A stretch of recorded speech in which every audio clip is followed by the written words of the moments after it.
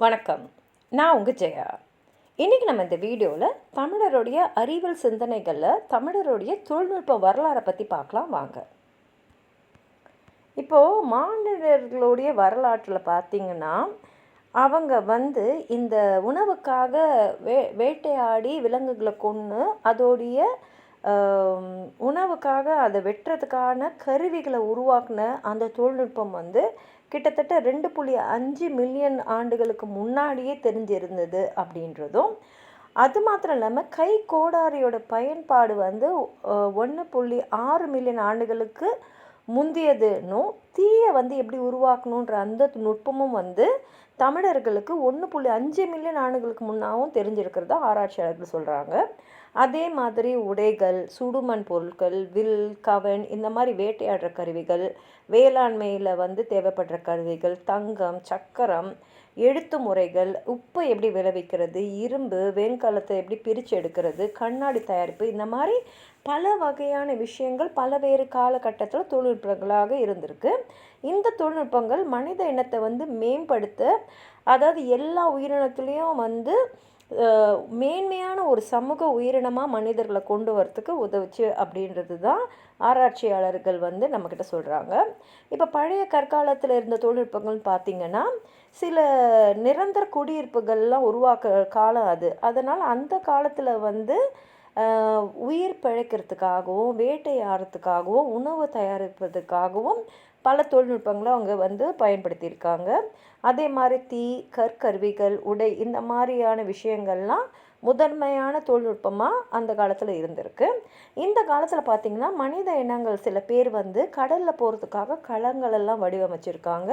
இதனால் அவங்களுக்கு கிழக்கு பகுதிகளுக்கு மலைத்தீவு கூட்டங்கள் வழியாகவும், இந்திய பெருங்கடல் வழியாகவும், பசிபிக் பெருங்கடல் வழியாகவும் அவங்க இங்கேருந்து இடம்பெயர்ந்திருக்காங்க. இதனால் அவங்களுக்கு கடல் சுழிகளை பற்றி, வானிலை அமைப்புகளை பற்றி, பாய்மர பயன்பாடை பற்றி, விண்மீன்களை வச்சு வழிகாணுதல் போன்ற நுட்பங்கள்லாம் தெரிஞ்சிருக்கு.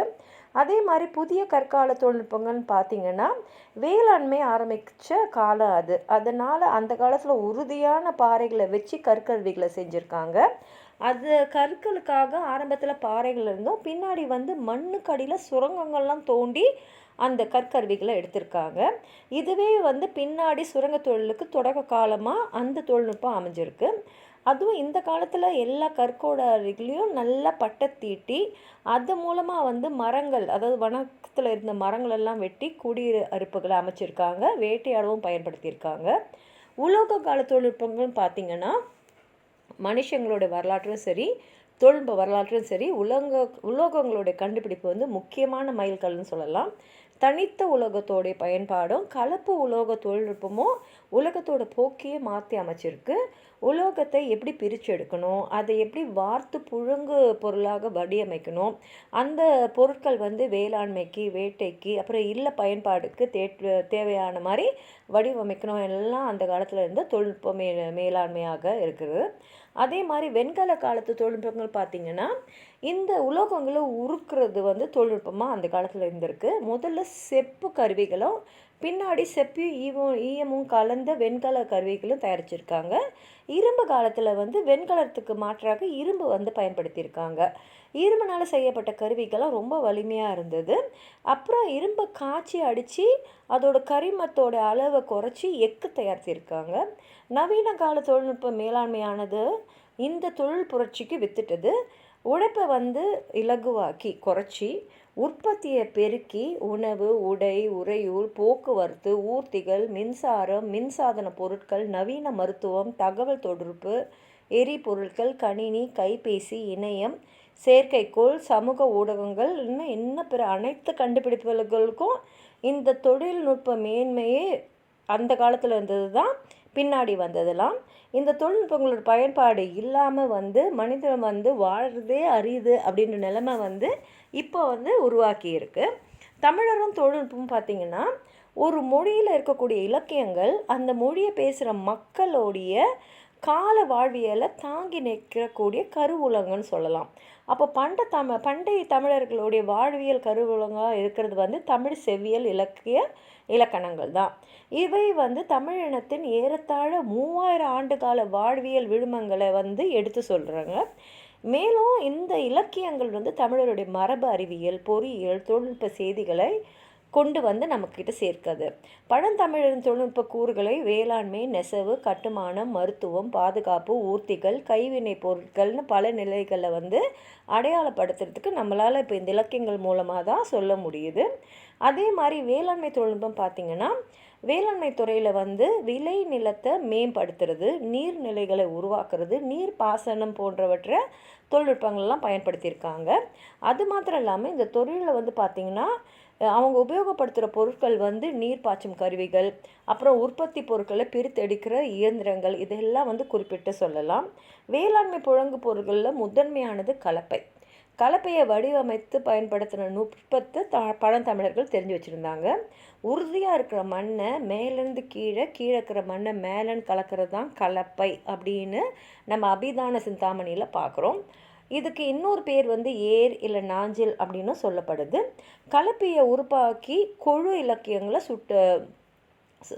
எடுத்து சொல்லியிருக்காங்க.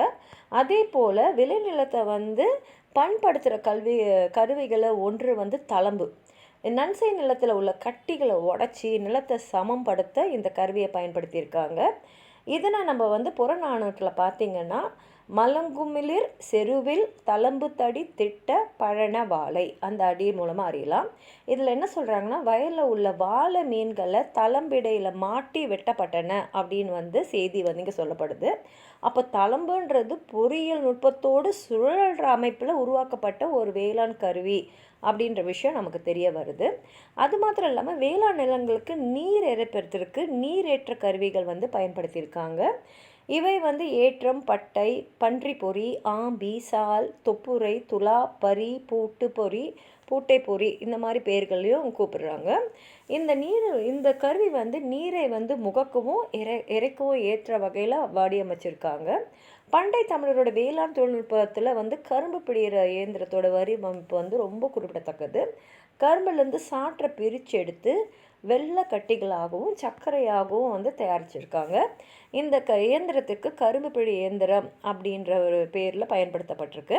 இவ்வியந்திரத்தின் ஒளி வந்து ஒரு ஆண் யானையோட பிளிரை போல் இருக்கிறத 500 வந்து கரும்பின் எந்திரம் களிற்றெதிர் பிளிற்றும் அப்படின்றத எடுத்து சொல்லுது. அதே மாதிரி நெசவு தொழில்நுட்பத்தில் பார்த்திங்கன்னா, நிறைய மூலப்பொருட்களான துணிகளின் உற்பத்தி, பருவம், அகவை, பாலினம் இந்த வயசுக்கு ஏற்ற ஆடைகளை தயாரிக்கிறது, அதுக்கு வண்ணம் ஏற்றுறது, அப்புறம் அலங்கார வேலைப்பாடுகள் செய்கிறது, இந்த தொழில்நுட்பங்களுக்கெல்லாம் சிறப்பாக அந்த காலத்தில் நடந்திருக்கு. இப்போ வந்து மூலப்பொருள் பார்த்திங்கன்னா, பருத்தி, மயிர், அதாவது விலங்குகளுடைய அந்த உடம்புல இருக்கக்கூடிய மயிர், அப்புறம் பட்டு, இதெல்லாம் மூலப்பொருளாக கொண்டு தான் அந்த காலத்தில் துணிகளை வந்து செஞ்சுருக்காங்க. வணிகம் செய்ய அது துணிகளை விற்கிறதுக்கு தனித்தனியாக தெருவுகள் இருந்திருக்கு.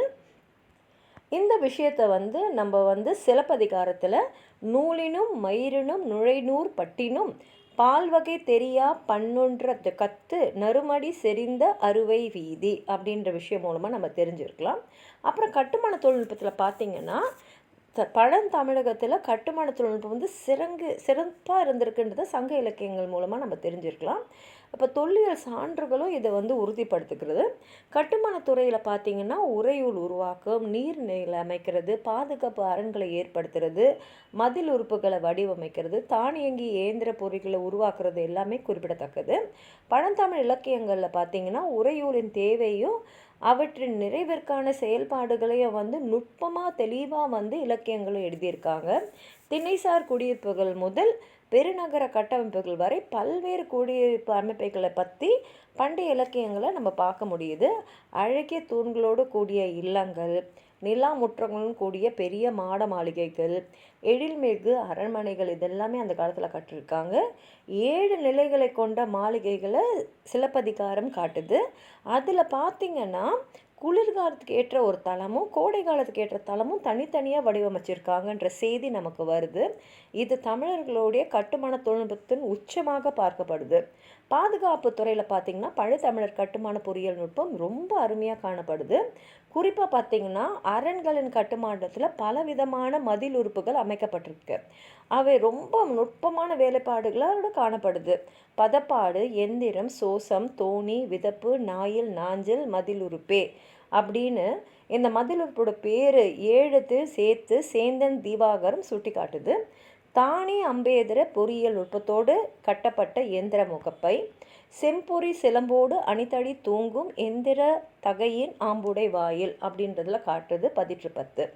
அதே மாதிரி பகை வீரர்களோட பார்வைக்கு தெரியாதபடி மதில் உறுப்பில் பொருந்தப்பட்டிருந்தால் நிறைய இயந்திர பொருட்களை சிலப்பதிகாரம் எடுத்து சொல்லுது.